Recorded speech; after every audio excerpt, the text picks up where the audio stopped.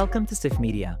I'm Julian Daynov, and today I'm joined by designers Anemone and Lise from Bitte Kai Rand. The brand has a strong Scandinavian design heritage, but it's also connecting with a new generation of women. Today, we're talking about design, evolution, and what it takes to create fashion that feels relevant across generations. Thank you so very much for joining in today. And I obviously know that you're on a very, very tight schedule, and you've been showing some of your new creations across the multiple platforms and channels of the CIFF. So having a couple of minutes to join me in here today means really the world to me. So thank you for sharing some of the vision behind the brand and how you all started and guiding us through what we can expect from you in the future. So to kick off things, certainly you have created a very iconic Scandinavian brand and a design credo which has transcended the Scandinavian region. But still, if there would be people across who wouldn't know the brand, what would you say does it stand for? Yeah. It was founded in 1981 by Bitte, the founder, and was truly like founded on the passion for good design and good quality. So obviously it's a brand with, a long history and, as you mentioned, a lot of heritage and a really strong DNA. It's a contemporary brand. So there's we're very contemporary, but we of course have this very, strong history. Bitte was the creative director until recently, and now Lise and I, we are the new generation with in charge of the collections, but with a lot of respect for the brand's history, but of course also trying to make it new and contemporary. Yeah. When did the two of you join the brand?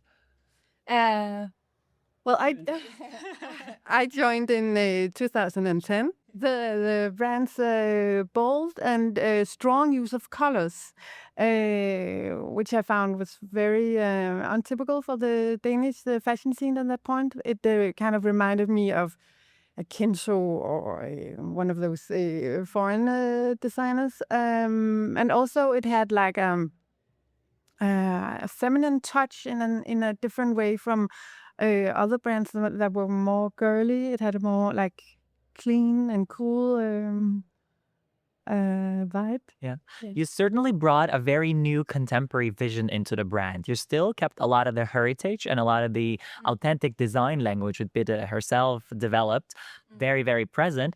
But how did you adapt onto the brand appealing now to so many much younger women?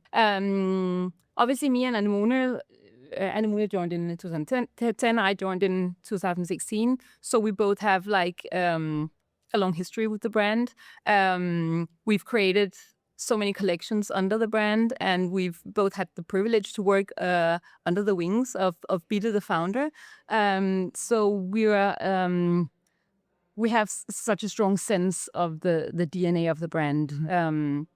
And I think that makes it easier knowing the brand so well, to navigate shifting trends and navigate new ideas, and keeping it relevant to the brand and to the brand DNA.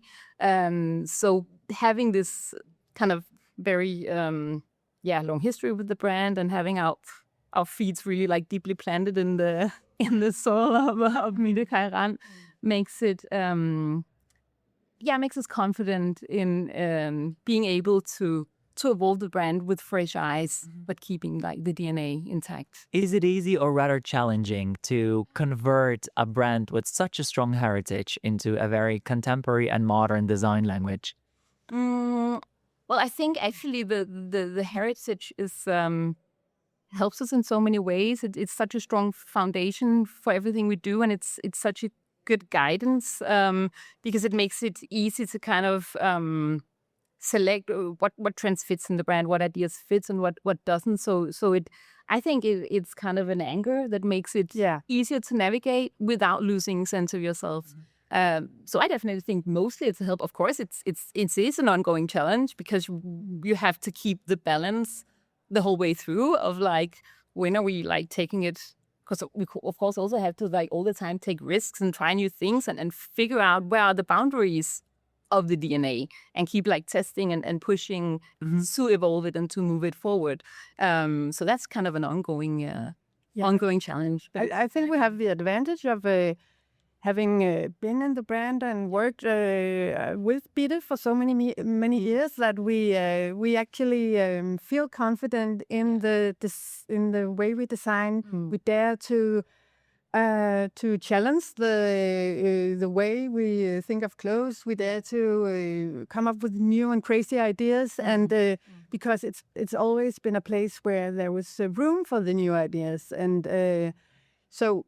Yeah, not to, be too dependent of what sales number says, but like still having the passion about creating and making new things. That's also a way to evolve and as you say, be relevant. Yeah, and I believe the women wearing Bitte Kai Rand have always been changing. Their style, their attitude, their affection for a particular piece.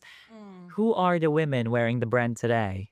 Maybe not that different from before, but they're curious. They are women with a strong sense of aesthetic, and they care about good qualities. They care about culture and fashion. In recent years, the brand somehow celebrated a sort of renaissance by being so much more attractive for younger population clients. How do you think this happened, and how do you sense this in your sales? Yeah. I think there are several aspects to it. Part of it is definitely just becoming more visible to a younger audience through our social media and our marketing in general. So I think that's one part of it, that we were more visible and they kind of realized that we were there and realized what the collections contain and that there was also something for a younger customer. Part of it is of course also how we just organically evolve as a brand. Now we're a new generation taking over the collection, and that's of course naturally also going to affect the expression of the collections. I think specifically something we're like where the brand are today, we're working maybe with silhouettes in a slightly different way, and we're have more varied variation of silhouettes, including also more narrow or silhouettes that would maybe appeal to a younger customer. So it's of course several things at the same time, but yeah, those two things. Was it all some kind of a strategy to start and attract more and more younger women who have a different client profile than the customer base you had before with the brand? Or was it more or less a very organic process, and out of a sudden you yourself were surprised by how many younger women from Denmark mostly also, but also internationally, now have an interest for Bitte Kai Rand? Well, I think that we have always designed for women without age, but not. It has not always been so obvious for the younger for the younger generation. So I think we've become more aware that it's that we actually need to be more that you have to make marketing for the younger people. Yeah, we have to be more strategic in communicating in the way we communicate. Yeah, exactly. Yeah. So I think that's also what happened. That, for sure. That we took that job seriously. How do you, as creative directors, and how does the brand itself balance between the constantly changing trends and between the timelessness and the sustainability aspects, which you always have covered? Well, of course, as designers, it's kind of, it happens naturally. We move with the times. We're, as designers, it's kind of in our nature that we're curious about the world, curious about what goes on in society, and always looking outwards and always following the times. I think that's kind of natural, and but at the same time, of course, we have this strong DNA that we want to keep the core of the brand intact. And again, I think it's a little bit back to the idea of knowing the DNA so well, knowing the core so well, feeling so, confident in confident choices we make. in the choices we make. Regarding new ideas, we like knowing what trends to adapt to the collections. Yeah. And We always kind of make our own interpretations of the trends to kind of make them fit within the framework. And I believe of the this is what brand. makes it so unique, because your very own way of putting all of these trends together in the very signaturely driven look of Bitte Kai Rand is like the way clients perceive it as something very organically happening. That's good to So hear, this is my personal feedback, because I always love to obviously witness how you now changed a couple of the style codes of the brand. Yeah. And I see that you obviously have been inspired a lot by Scandinavian design in total. Yeah. What does it mean to you? Because Scandinavian design for everyone globally is probably one of the richest sources of inspiration. Yeah. But with people growing up here, people having a different access to it, what does Scandinavian design mean to you? The design language which you adapt in so many directions now. Yeah. well, like in terms of our brand, it's I think it's all about the clean lines, Clean lines, a strong. I think what sometimes makes Scandinavian fashion sort of unique is kind of this combination of a strong sense of aesthetics, a strong sense of design, a strong sense of design language, lines, silhouettes, cuts, combined with like a relaxed approach. Yeah. So the Scandinavian women are more comfortable, and they want to dress unpretentious and uncomfortable. And I think that's what's appealing. Is the Scandinavian twist, which everybody is like speaking about when it comes to fashion. Yeah, I think definitely that's something we're good at, both in the way people dress on the streets, but also the Scandinavian brands combining, that it doesn't have to be either comfort or functionality or aesthetics and a strong expression. We figure out a way to combine the two, and that's definitely also a very big core value of our brand, combining the wish to be very, very expressive and take bold design choices, but in a way where it doesn't compromise comfort and fit, and you need to feel relaxed and comfortable and in your clothes, and not think too much about what you're wearing. But this is something that just makes you feel good and feels natural, and you feel yourself in. So that's a big part of our philosophy. A part of your philosophy and the credo of the brand has always been to create unmistakable pieces. Tell us a tiny bit more about this design credo and take us a little bit more along the design process. How you start creating for a collection. Is it first the inspiration? Is it first the theme which you create and then work around when it comes to silhouettes? How does it work? Well, it always starts pretty much with the conversation about what's going on in the world, and what do you feel? What do I feel? What do we sense? Where were we the last time? How are we moving forward? And so a lot of words about, and then a look or talk about all these words. How do they? How can we make them visual? So we make a lot of really different mood boards, collect pictures to have like a vision of where we're going, and to have like a feeling of the expression of the collection. So it starts with like an intuitive idea. What do we want the expression to be, or the feeling to be, or the and to create our own little story that we can like play ball with all through the collection. So when we choose the silhouettes, when we choose the patterns, the prints, the colors, we have this very like visual piece to interact with. I have something we can keep referring back to, always to kind of make sure that everything is like cohesive and fits together. So that's like a very strong tool for us to have like special mood boards. You still have a lot of silhouettes with Bitte herself developed, and which are still a very strong part of the collection. Oh.